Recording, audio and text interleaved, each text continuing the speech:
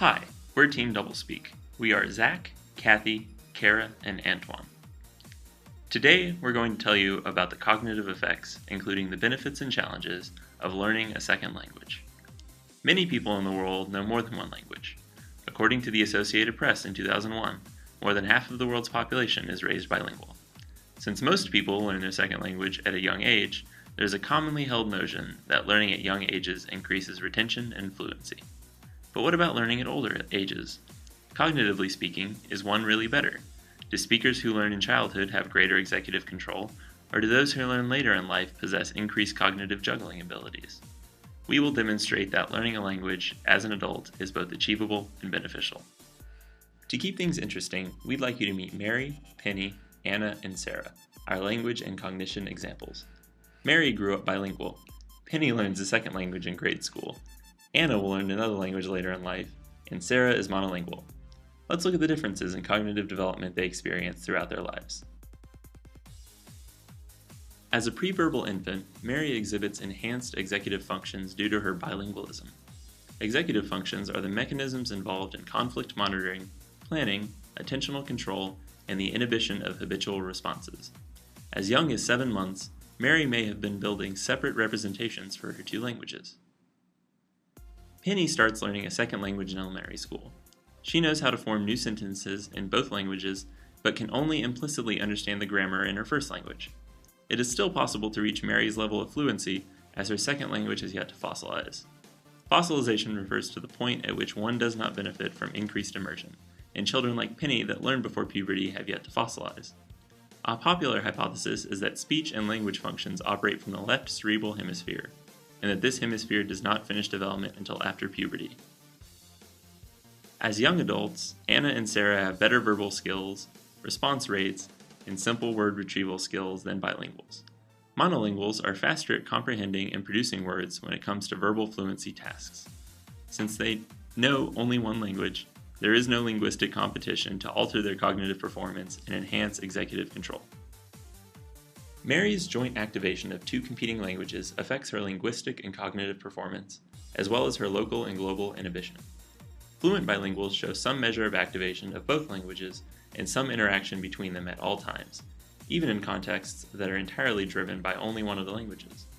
Joint activation creates an attention problem that does not exist for monolinguals. The need to resolve competition and direct attention is primarily the responsibility of general cognitive systems, in particular executive functions. Global inhibition refers to suppression of an entire language system, such as inhibiting French when speaking English, and local inhibition refers to the inhibition of a specific competing distractor, such as the translation equivalent of the required concept. Local inhibition largely affects linguistic performance, and global inhibition affects both linguistic and cognitive performance. In college, Anna plans to study abroad. Before she leaves, she signs up for a class to learn a second language with students of all ages. After a few sessions, the class is tested. As one of the older students, Anna performs better. This is because in instructed learning, older learners outperform younger learners in short periods of exposure, but younger learners have an ultimate attainment advantage. Some researchers suggest that older learners have an advantage due to being at the peak age for cognitive control and recollection. Adults may also be cognitively equipped to learn and retain more and have an advanced understanding of concepts and symbols. The girls are now in their 70s. Mary, Penny, and Anna meet Sarah at a senior center bowling night. Although they get along nicely, Mary, Penny, and Anna notice Sarah easily forgets things. It turns out that bilinguals demonstrate better performance in conflict tasks and general executive control, which may protect against effects of cognitive aging. Monolinguals show symptoms of dementia and probable Alzheimer's disease 3 to 4 years earlier than bilinguals. Now that you've heard Anna, Penny, Sarah, and Mary's stories, you may be wondering why each of these women were able to learn their second languages when they did. Everyone learns in different ways and in different situations, and for many, motivation greatly affects their success.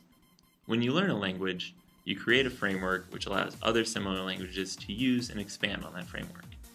Although they seem outwardly distinct, languages are supported by shared concepts as well as by your basic linguistic knowledge. In a way, the more languages you know, the more systems you are able to access, due to more concepts and metaphors in the new language as compared to the old. You can infer differently and explain more due to your understanding from these new languages. Your access to proverbs and more embodied metaphors allows you to express yourself in more ways. So, learning another language has some amazing benefits. Anna, Penny, and Mary are still having fun late in their life from the increased cognitive abilities. Don't be discouraged if you're an older student. If you want to learn a new way to communicate, go for it. We bet Sarah wishes she had.